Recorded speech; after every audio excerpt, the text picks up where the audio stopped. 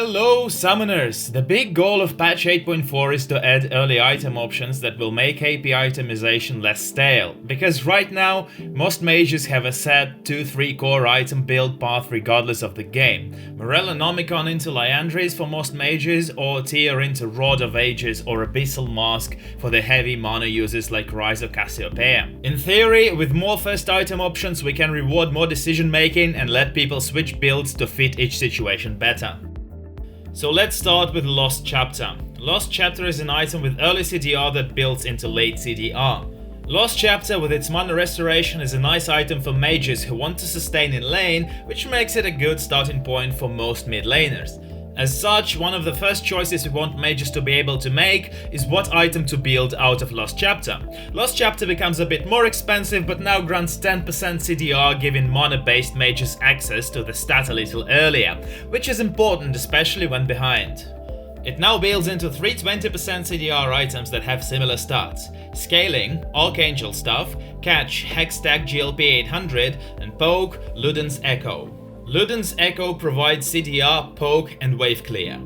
Luden's seems to be the most popular item for most mages. Having the Luden's passive on the 20% CDR item solves a lot of wave clear issues for mages who would otherwise struggle to one-shot creeps until reaching higher ability power breakpoints.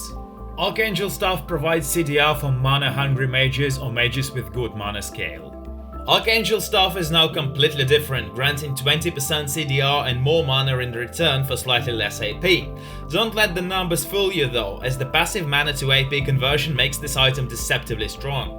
This is a huge buff for the traditional tier mages. Rise, Cassiopeia, and even sometimes Onivia would often build a catalyst item, Rod of Ages or Abyssal Mask, an Archangel Stuff for mana and mana to AP conversion, and MoreLegends for the strong CDR. But with Archangel Stuff being both the tier of the goddess item and the 20% cooldown reduction item, scaling tier plus catalyst mages are now hitting their power spike earlier, which also allows them to start itemizing for luxury or defensive items earlier. The 650 mana on an unstacked Archangel Stuff will grant 20 AP via the O passive, and most mages that rush this item will be around level 9 when buying it.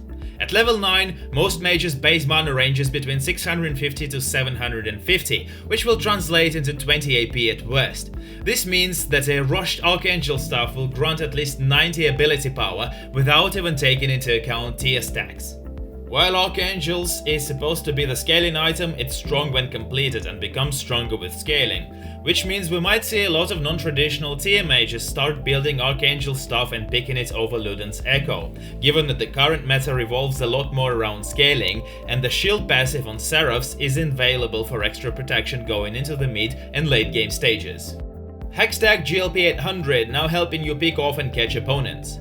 Finally, there is Hextech GLP. The loss of Catalyst and health in its recipe probably means Aurelian Soul no longer wants this item and will likely grab Rod of Ages first instead. It's important to know the changes to the active. Its range has been increased by 200 units, but the damage and scaling are down, from 100 to 200, 0.35 AP, to 75 to 150, 0.20 AP. The slow potency went down from 65% to 40%, but it's now a decaying slow of 1 second instead of 0.5 seconds. Champions such as Aerie, Echo or Lissandra seem to be the main candidates to pick up this item to increase their chances of picking off opponents, using it to slow and close the gap and increase their burst rotation. However, the meager numbers on the active compared to Luden's passive means it might be ignored over the other options. Haunting Guys and Liandry's Torment now provide progressive damage increase for damage over time dealers.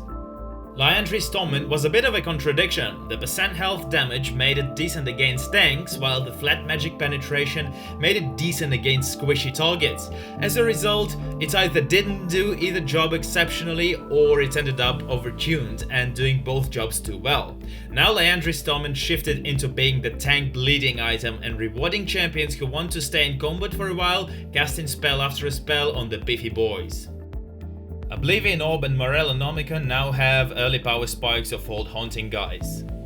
Oblivion Orb is the new 15 magic penetration item, and MoreLegends is a new health and ability power item with grievous wounds. As with the old haunting guys, Oblivion Orb is an extremely strong item to increase your damage spike against in the early and mid game, but don't feel obligated to upgrade it to MoreLegends straight away. One can just sit on the component for its strong stats and upgrade to MoreLegends later in the match whenever AD carries start getting lifesteal items, or earlier if playing against the likes of Maokai or Vladimir. Note, Grievous Wounds now applies at any health threshold and not only when under 40%, making it very potent to deal with healing. Spellbinder is a new item with burst and movement speed for assassins and burst mages. So Spellbinder is the new item aiming to replace Luden's Echo. It's a pure offensive item with an active suited towards increasing burst and movement in a short window of time. It can be built as early as a second item for a pure offensive item to snowball, but it's only recommended you do so if really ahead. Similarly to Luden's, it also serves the purpose of being the item you buy last if you want to sell boots, as it's one of the best movement speed items in the game. The stacking mechanic depends on both allied and enemy spellcasts, so expect to see stacks go up much faster if a Karthus or a Rise are against you. And so here are some meta conclusions. Number 1. With the numbers being shipped on 8.4, Archangel Staff seems to be the strongest of the Lost Chapter items, given that it provides better stats than the other two items, while also scaling with tier stacking and other mana purchases.